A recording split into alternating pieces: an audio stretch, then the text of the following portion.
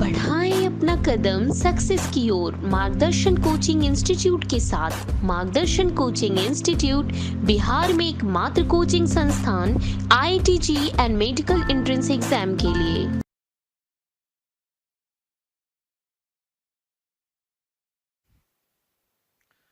Start करते हैं हम लोग डायमेंशंस। और डायमेंशंस क्या है इसे समझने से पहले एक छोटी सी बात हम लोग देखते हैं। से एक फॉर्मूला देखते हैं हम लोग, force F equals to mass into acceleration. Force F equals to mass into acceleration. अब आगे हम लोग बढ़ते हैं तो इस फोर्स की यूनिट को देखें तो ऐसे फोर्स को हम लोग डिफाइन करते हैं। जो फोर्स की यूनिट वो हम लोग मेजर करते हैं न्यूटन में, लेकिन यहाँ पे न्यूटन को इन डिटेल लिखते हैं। अगर देखो तो इस मास के लिए हम लोग लिख सकते हैं इसकी यूनिट केजी। एक्सेलरेशन के लिए यूनिट लिखा जा सकता है मीटर पर सेकेंड स्क्वायर। मीटर पर सेकेंड स्क्वायर। अब देखिए, तो अगर हम लोग फोर्स को कलेक्टिवली डिफाइन करना चाहते हैं तो यहाँ पे हम लोग कह सकते हैं कि ये केजी 1 यूनिट लिया गया, मीटर 1 यूनिट लिया गया, लेकिन इस सेकंड पे पावर -2 चढ़ाया गया है। तो इसे क्लियरली लिख सकते हो कि फोर्स की यूनिट डिफाइन करने के लिए हम लोग ये जो फंडामेंटल क्वांटिटीज हैं इसमें केजी पर पावर 1 है, मीटर पे पावर 1 है और सेकंड पे पावर -2 है। यहां से आप क्या देखेंगे कि इस क्वांटिटी को, इस क्वांटिटी फोर्स को डिस्क्राइब करने के लिए, इसकी यूनिट को डिफाइन करने के लिए बेस क्वांटिटीज पे जो पावर चढ़ाए गए हैं, these powers are called dimensions of force। मतलब क्या डिफाइन किया जा सकता है डायमेंशंस को? Means dimensions of a physical quantity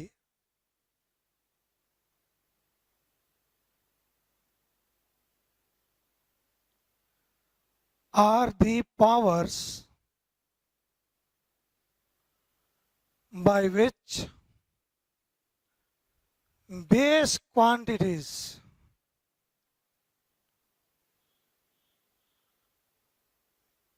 to be raised to define that quantity। मतलब किसी भी फिजिकल क्वांटिटी का जो डायमेंशन है वो और कुछ नहीं, उन बेस क्वांटिटीज का पावर है। उन बेस क्वांटिटीज का पावर है जो उस क्वांटिटी को डिफाइन करने के लिए यूज किया गया। सिंपल सी बात है। मतलब ये कि अगर आप किसी क्वांटिटी का यूनिट लिख सकते हो इन डिटेल बेस क्वांटिटी के टर्म्स में, तो आप उसका डायमेंशंस लिख सकते हो। लेकिन डायमेंशनल फॉर्मूला लिखने के लिए सिंबल थोड़े अलग यूज होते हैं। जैसे यहाँ पे अगर हम लोग बात करें कि अगर हम लोग डायमेंशनल फॉर्मूला ऑफ फोर्स की बात करें तो उसे डिनोट करेंगे इस तरीके से, F बराबर। अब यहाँ पर देखो तो ये किलोग्राम जो कि मास का यूनिट है उसके लिए सिंबॉलिक फॉर्म हम लोग ले लेंगे m पावर 1। दूसरा जो मीटर है उसके लिए सिंबॉलिक फॉर्म ले लेंगे l लेंथ। और तीसरा जो सेकंड है उसके लिए सिंबॉलिक फॉर्म ले लेंगे t जिसका पावर -2 है। तो ये कंप्लीट अब कह सकते हैं इसे डायमेंशनल फॉर्मूला ऑफ फोर्स। अब इसे बताएंगे कैसे?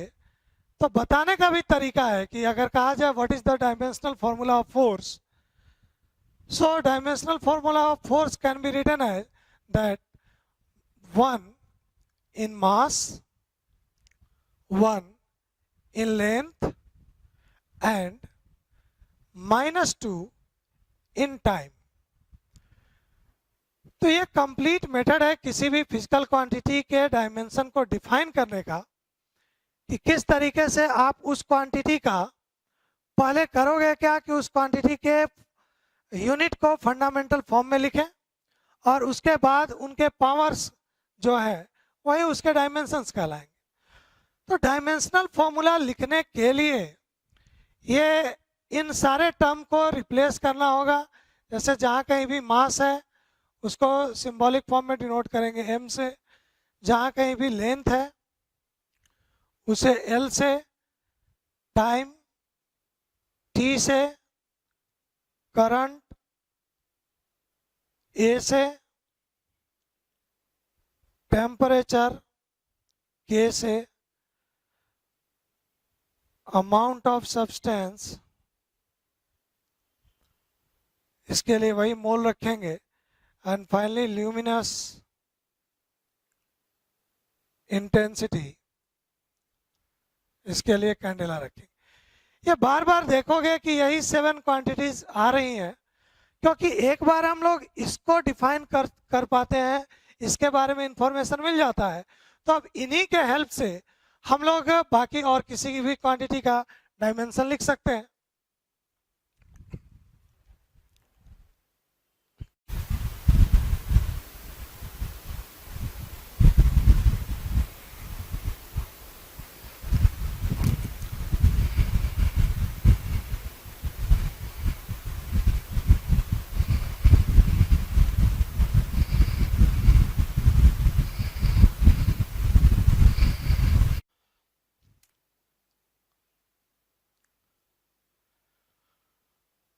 बात करते हैं हम लोग कुछ डायमेंशनल फॉर्मूले की।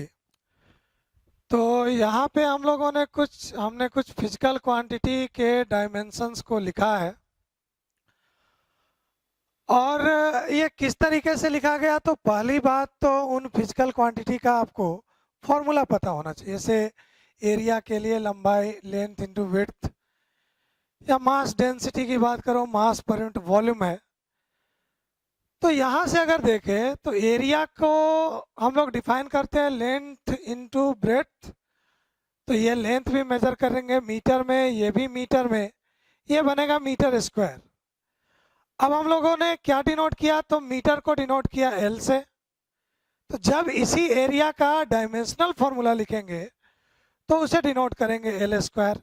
वहाँ जो मीटर स्क्वायर था वो M के बदले मीटर के बदले L आ गया। सेम वही मास डेंसिटी के लिए डेंसिटी जब डिफाइन कर रहे हैं, ये जो टर्म है इसे हम लोग रो कहेंगे। ये ग्रीक टर्म है, सारे ग्रीक लेटर्स हैं, रो है, थीटा है या ओमेगा है यहाँ का। ये इसे अगर W कह रहे हो तो ये ओमेगा एंगुलर स्पीड को कहेंगे। तो सबसे पहली बात कि ये जो डायमेंशन लिखने के लिए जो जरूरत है वो जरूरी है कि आपको उस क्वांटिटी का फॉर्मूला आना चाहिए। से अगर फ्रीक्वेंसी की बात करो तो frequency per unit time period 1 by time period, तो 1 तो एक नंबर है, इसके पास कोई डायमेंशन नहीं है, तो सिंपली इसका डायमेंशन लिखा जाएगा टाइम के लिए t जो डिनोट किए थे ऊपर जाएगा पावर -1।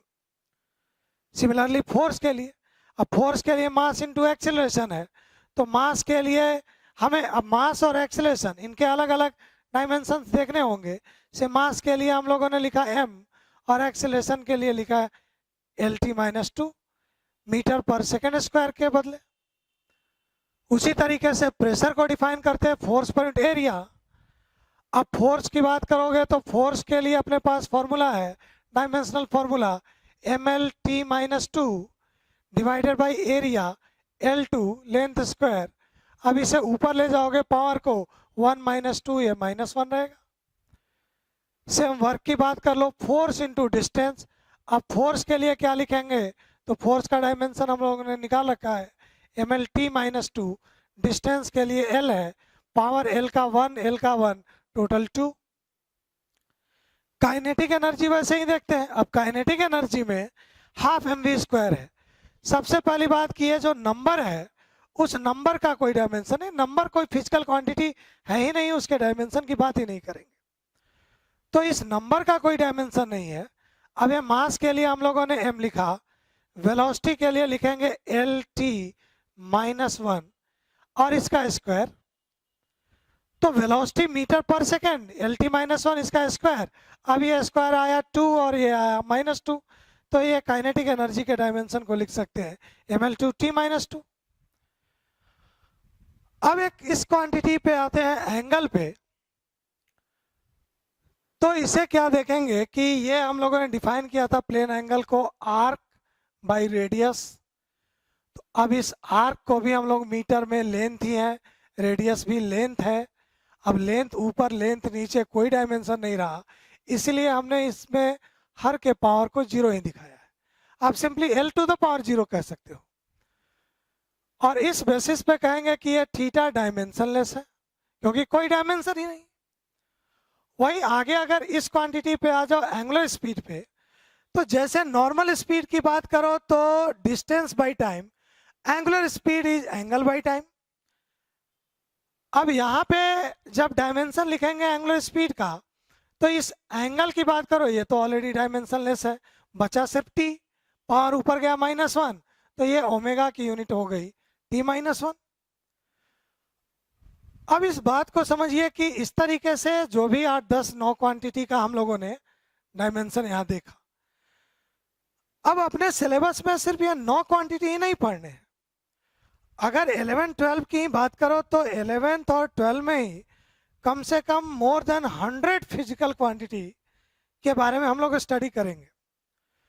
तो अब इन हर एक फिजिकल क्वांटिटी के डायमेंशन या उसके फॉर्मूले को अभी याद रखने की जरूरत नहीं है। ऑफ कोर्स डायमेंशन पर भी क्वेश्चन आते हैं, कॉम्पिटिटिव एग्जाम में भी आते हैं, और डायरेक्ट इस तरीके से कि इस क्वांटिटी का डायमेंशन क्या होगा। लेकिन उस को अभी नहीं जानना है। अभी ऐसा नहीं कि हम लोग पूरे के पूरे सारे क्वांटिटी का डायमेंशन याद रखेंगे। जैसे जैसे टर्म आते जाएंगे, इन क्वांटिटी को और डिटेल में हम लोग समझेंगे, और उस समय जब उसे डिफाइन करेंगे, उस क्वांटिटी को डिटेल में समझेंगे, तो ऑलरेडी उसका फॉर्मूला हमें याद हो जाएगा। और एक बार फॉर्मूला याद हो गया तो डायमेंशन लिख लेंगे। लेकिन इस चैप्टर के अब हम लोग आगे कुछ क्वेश्चन भी करेंगे, लेकिन इस चैप्टर के कुछ क्वेश्चन कर सकें, इसके लिए जरूरी है कि आप कुछ डायमेंशनल फॉर्मूलों को याद रखो, एटलीस्ट 20-30 फॉर्मूले को याद रखो। अब वो फॉर्मूले के लिए आपके पास एक सोर्स, सभी के पास एनसीईआरटी की बुक होगी। अगर नहीं भी है तो जिस तरीके से आप ऑनलाइन ये वीडियो देख रहे हो, उसी तरीके से ऑनलाइन आप एनसीईआरटी की बुक्स डाउनलोड कर सकते हो। तो एनसीईआरटी के बुक्स में देखोगे, ये अपेंडिक्स A9 है, इसे मैं मेंशन कर देता हूं, एनसीईआरटी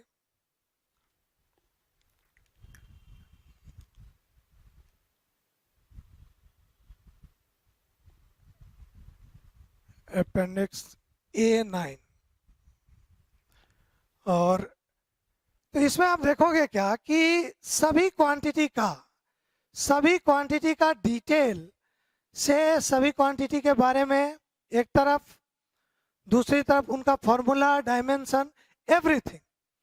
और ये करीब करीब 100 क्वांटिटी के बारे में दिया हुआ है। तो आप करेंगे क्या कि अभी के लिए जब तक इंस्टीट्यूट का मटेरियल प्रोवाइड नहीं किया जा रहा, तब तक आप इस बुक से ही इन क्वांटिटी को स्टडी करेंगे डिटेल में, इनके कुछ डायमेंशंस को याद रखेंगे ताकि क्वेश्चन करने में आसानी होगी।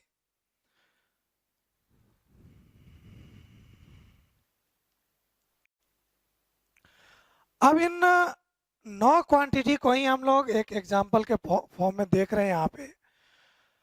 अब इनमें देखो, एक तो इम्पोर्टेंट बात यह है कि जहाँ कहीं भी किसी फॉर्मूले में नंबर आ रहा, तो नंबर जो है वो डायमेंशनलेस है। इन पॉइंट्स को कलेक्टिवली हम लोग नोट करेंगे, लेकिन अभी समझते हैं कि किसी नंबर के कोई डायमेंशन नहीं होते।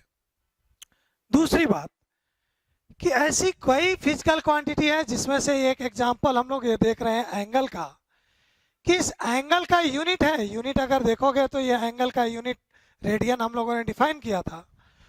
तो इस क्वांटिटी का यूनिट तो है लेकिन डायमेंशन नहीं है। मतलब ये पॉसिबल है कि किसी फिजिकल क्वांटिटी के यूनिट हो लेकिन डायमेंशन नहीं हो। तो दूसरी बात ये है, पहली बात कि नंबर के कोई डायमेंशन नहीं होते। दूसरी बात, कुछ फिजिकल क्वांटिटी ऐसी हैं जिनके पास यूनिट है लेकिन उनका डायमेंशन नहीं है। तीसरी इंपॉर्टेंट बात, अब इससे यहाँ पे अगर देखो तो एक इस फ्रीक्वेंसी के डायमेंशन को देख रहे हैं और दूसरी तरफ ये एंगुलर स्पीड के डायमेंशन को देख रहे हैं, दोनों सेम ही है। और सिर्फ यही एक कॉमन नहीं है, ये एक्सेप्शन की बात नहीं है। यहाँ पे अगर देखो तो इस वर्क के डायमेंशन को देखो और इस काइनेटिक एनर्जी के डायमेंशन को देखो, ये दोनों डायमेंशन भी सेम है। दोनों फिजिकल क्वांटिटी अलग हैं, ये दोनों फिजिकल क्वांटिटी अलग हैं लेकिन इनके डायमेंशन सेम है। ये पॉसिबल है। तो तीन इंपॉर्टेंट पॉइंट हो गए। एक, नंबर अगर बीच में किसी फॉर्मूले में है, नंबर का कोई डायमेंशन नहीं। दूसरा, किसी क्वांटिटी के पास यूनिट हो सकता है, डायमेंशन नहीं भी हो सकता। अच्छा, इसका उल्टा नहीं हो सकता कि अगर किसी क्वांटिटी के पास डायमेंशन है और यूनिट नहीं है, ये पॉसिबल नहीं है। अगर यूनिट नहीं होगा तो फिर डायमेंशन लिखा कहाँ से गया। और वही तीसरी बात कि दो या दो से ज्यादा फिजिकल क्वांटिटी भी सेम डायमेंशन के हो सकते हैं।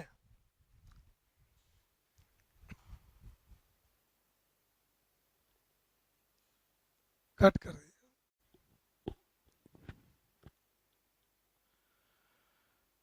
तो अब क्या देख रहे हो, उन्हीं पॉइंट्स को हम लोग मेंशन कर रहे हैं कि अगर किसी फिजिक्स के फॉर्मूले में डिजिट्स यूज किए गए हैं तो उनका कोई डायमेंशन नहीं लेना है।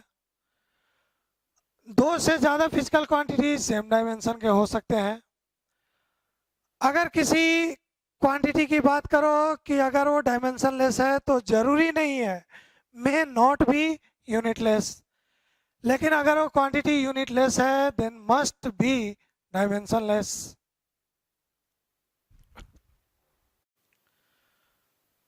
बात करते हैं हम लोग डायमेंशंस के एप्लीकेशन की।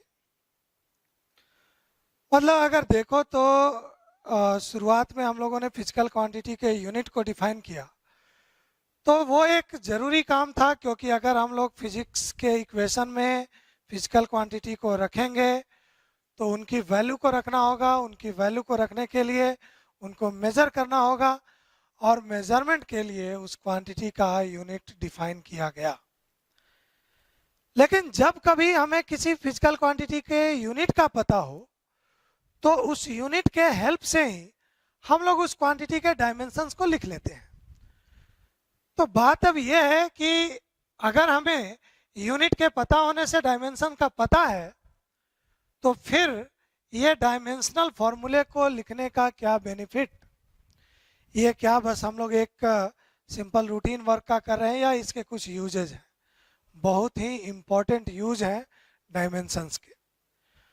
अभी तक हम लोगों ने फिजिक्स के किसी भी चैप्टर की स्टडी नहीं की है, लेकिन आपके सामने कोई भी फिजिक्स का फॉर्मूला हो और अगर आपको उस फिजिक्स के फॉर्मूले में इन्वॉल्व हुए हर फिजिकल क्वांटिटी के डायमेंशंस का पता हो तो आप ये कह सकते हो कि ये फॉर्मूला सही है या गलत है। ये कैसे पॉसिबल है? तो उसके लिए हम लोग एक एप्लीकेशन को समझते हैं, प्रिंसिपल ऑफ होमोजेनिटी। ये प्रिंसिपल कहता है कि फिजिक्स में किसी भी इक्वेशन में हर टर्म, एवरी टर्म, हर टर्म सेम डायमेंशन का होना चाहिए जिन टर्म्स को ऐड या सब्ट्रैक्ट किया गया है। मल्टीप्लिकेशन में अलाउड है। मल्टीप्लिकेशन में अगर याद करो तो हमने एक इक्वेशन लिखा है F = मास इंटू एक्सीलरेशन। अब ये मास और एक्सीलरेशन ये तो अलग अलग डायमेंशन के हैं, ये m है, ये L t - 2 है। अलग अलग डायमेंशन के क्वांटिटी को मल्टीप्लाई कर सकते हैं। लेकिन अलग अलग डायमेंशन की क्वांटिटी को ऐड या सब्ट्रैक्ट नहीं कर सकते। इसे हम लोग एक सिंपल सिचुएशन से समझते हैं, एक इक्वेशन से, जो आप लोगों ने 9th 10th क्लास में देखा होगा। लेकिन उससे पहले इस प्रिंसिपल ऑफ होमोजेनिटी को डिफाइन करते हैं, दैट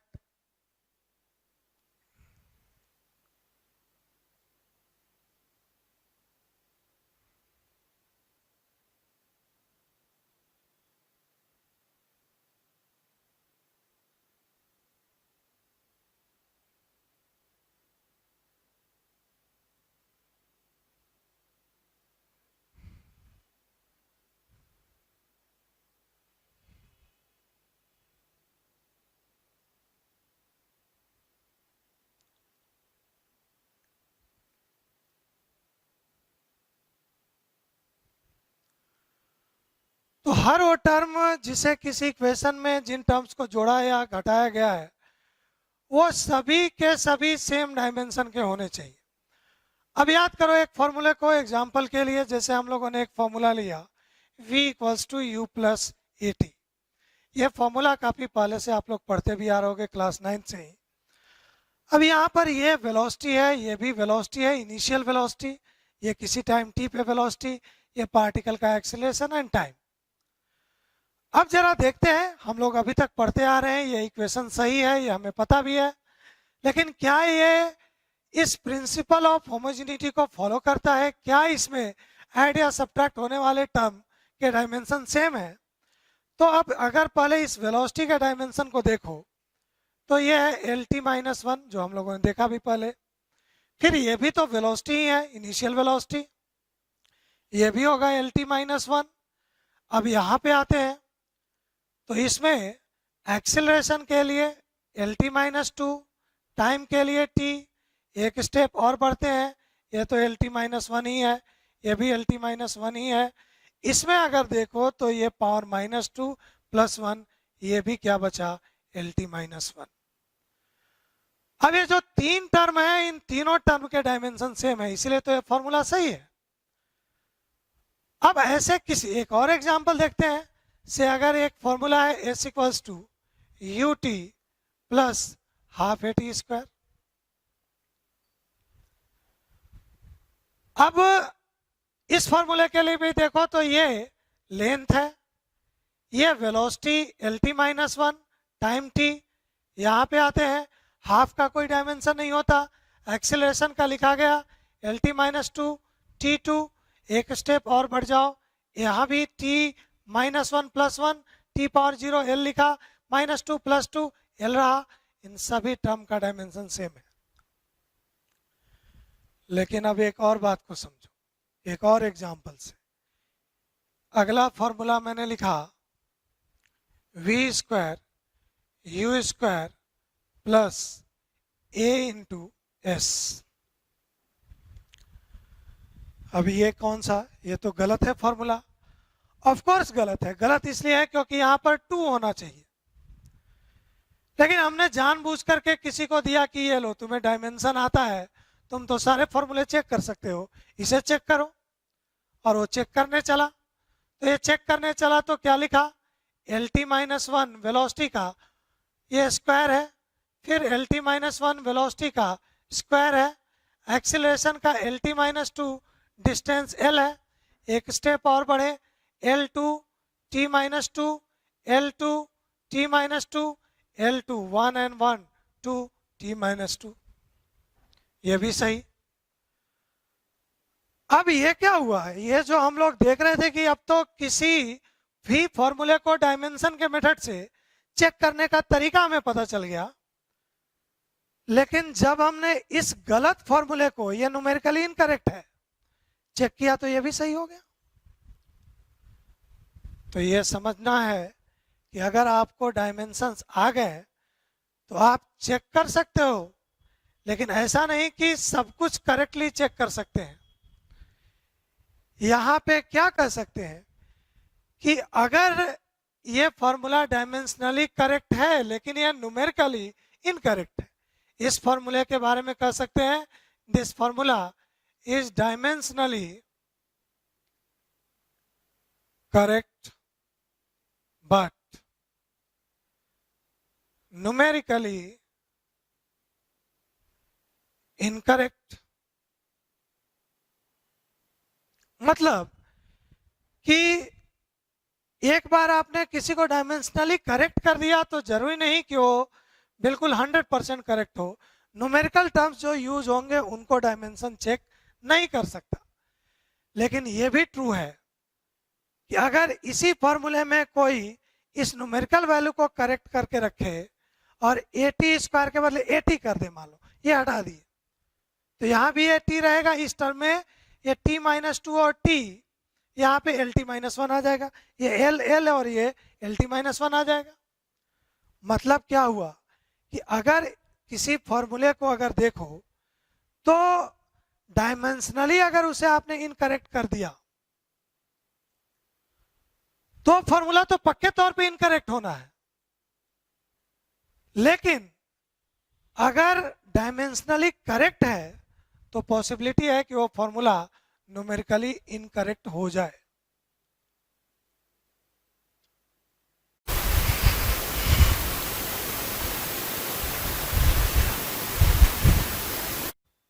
आते हैं हम लोग डायमेंशन के दूसरे एप्लीकेशन के दूसरे पार्ट में, और इस पार्ट में हम लोग सीखेंगे कि नए फॉर्मूले को भी डिराइव किया जा सकता है डायमेंशनल एनालिसिस के बेसिस पे। मीन्स आप डायमेंशन को करेक्टली रिलेट करके एक नए फॉर्मूले को भी डिराइव कर सकते हो। तो इसे हम लोग समझते हैं एक एग्जांपल से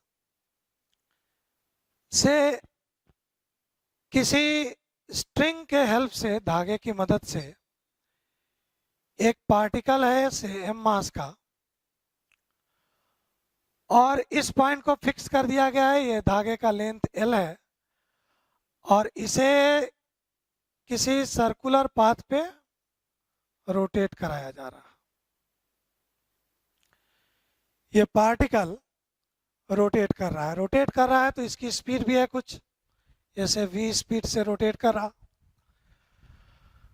अब ये क्या देखोगे कि इस पार्टिकल की स्पीड को जितना ज्यादा आप बढ़ा रहे हैं, इस धागे में टेंशन उतना ही ज्यादा बढ़ेगा। अगर हम इस धागे के टेंशन फोर्स को, ये फोर्स टेंशन फोर्स है, ये F से डिनोट किया गया, तो मतलब ये जितना ज्यादा स्पीड इसे दोगे उतना ही ज्यादा ये टाइट होगा। और वो जो टाइट हो रहा है उसे मेजर कर रहे हैं हम लोग टेंशन फोर्स F के टर्म्स में। तो क्लियरली अगर हमें इस फोर्स का रिलेशन इस मास, वेलोसिटी और लेंथ के टर्म में निकालना है तो अपने पास स्ट्रेटजी क्या है कि ये फोर्स डिपेंड कर सकता है मास पे, या डिपेंड कर सकता है वेलोसिटी पे, या डिपेंड कर सकता है इस स्ट्रिंग के लेंथ पे। क्योंकि इस पूरी घटना में और कोई फिजिकल क्वांटिटी इन्वॉल्व ही नहीं है, यही चार क्वांटिटी इन्वॉल्व है, मास, वेलोसिटी, लेंथ, फोर्स। अब हमने इन चारों को रिलेट करना है। अब ये तो हमने कहा कि ठीक है, जितना ज्यादा स्पीड से घुमाएंगे उतना ही ज्यादा इसमें टेंशन फोर्स आएगा। लेकिन ये जरूरी नहीं है कि अगर वेलोसिटी को हम लोग डबल करें, जैसे ये हमने दिखाया कि ये लीनियरली प्रोपोर्शनल है, कोई पावर नहीं है, तो ये जरूरी नहीं कि वेलोसिटी को डबल करें तो टेंशन डबल ही होगा। हो सकता है कि वेलोसिटी डबल करने से टेंशन फोर्स 4 टाइम्स हो जाए। तो अब हमें ये श्योर नहीं है कि डिपेंडेंसी कैसी होगी, तो इसके लिए हमने कुछ पावर एज्यूम कर ली। इनके मान लो ये x, y और z पावर्स है। अगर डायमेंशनल फॉर्मूला, डायमेंशनल एनालिसिस हमें इस x, y और z को निकालने में मदद कर सकता है, हेल्प कर सकता है, मतलब हम एक नए रिलेशन को डेवलप कर सकते हैं। तो अब आगे क्या? तो अगर ये जो हमने फॉर्मूला लिखा, इसे, इस प्रोपोर्शनलिटी को कुछ डायमेंशन लेस क्वांटिटी मान ले, मान लो यहाँ k है, ये m power x, v power y, l power z। मैंने कहा ये फॉर्मूला होना चाहिए इस सिचुएशन के लिए। k डायमेंशन लेस है, वेयर k is dimensionless। ये k क्यों एज्यूम करना पड़ रहा है? क्योंकि हमें डायमेंशनल फॉर्मूला किसी नंबर के बारे में जानकारी नहीं देता। तो हो सकता है कि इस प्रोपोर्शनलिटी में यहाँ कोई नंबर भी हो, 2, 4, 10 जो भी, तो ये हमने k मान लिया, लेकिन इसका कोई डायमेंशन नहीं माना। अब अगर ये if above equation 1 is dimensionally correct,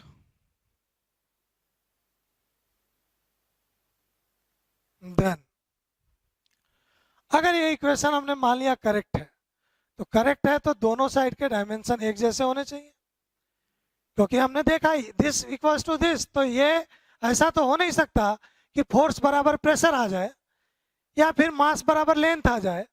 ये अगर फॉर्मूला करेक्ट है तो इधर फोर्स तो उधर भी सारा फोर्स मिलके आएंगे। तो एक तरफ हमने लिखा फोर्स का डायमेंशन mlt-2,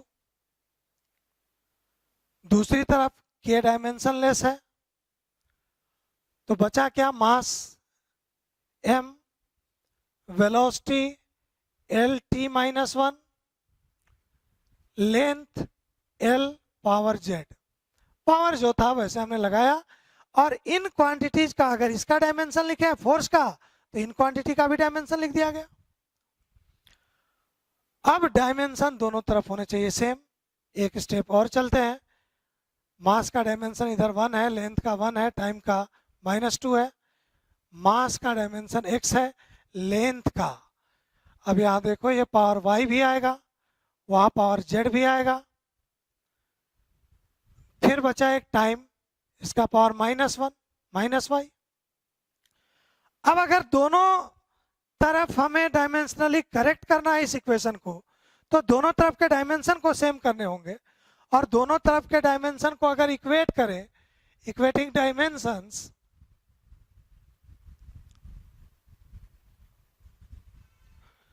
तो यहां से देखोगे ये x आ रहा है 1, y प्लस जेड भी आ रहा है 1,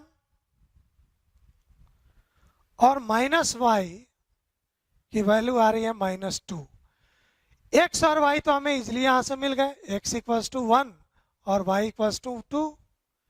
अब इस y की वैल्यू को यहां रख दो 2, तो z की वैल्यू यहां से मिल जाएगी -1। ये तीनों मिल गए। अब x y z मिलते ही अपना ये काम हो गया। Hence from 1 f equals to k times m power है 1, v पावर है 2, l पावर है -1। इसे सिंप्लीफाई थोड़ा कर सकते हो, f equals to k mv square by l। अब ये हमें इस सिचुएशन के लिए एक फॉर्मूला मिल गया। आगे इसी को एक चैप्टर में हम लोग पढ़ेंगे सर्कुलर मोशन में, और इस फोर्स को हम लोग वहां पे डिनोट करेंगे सेंट्रीपिटल फोर्स से। तो ऑल ओवर क्या है कि अब ऐसा कोई भी सिचुएशन दे दिया जाए, हम लोग उस क्वांटिटी को, किसी एक क्वांटिटी को बाकी क्वांटिटी पे डिपेंडेंट है, वो डिपेंडेंट दिखाएंगे, उस पे पावर लगाएंगे, और उस फॉर्मूले को डायमेंशनली चेक करेंगे। डायमेंशनल एनालिसिस करने के बाद, डायमेंशन को इक्वेट करने के बाद हमें एक रिलेशन मिलेगा। लेकिन इस रूल का एक ड्रॉबैक भी है, या कह सकते हो कि ये हर जगह एप्लीकेबल नहीं है। कहाँ एप्लीकेबल नहीं होगा? जब कहीं भी फॉर्मूला ऐसा हो जाए जिसमें एडिशन सब्ट्रैक्शन भी आ जाए।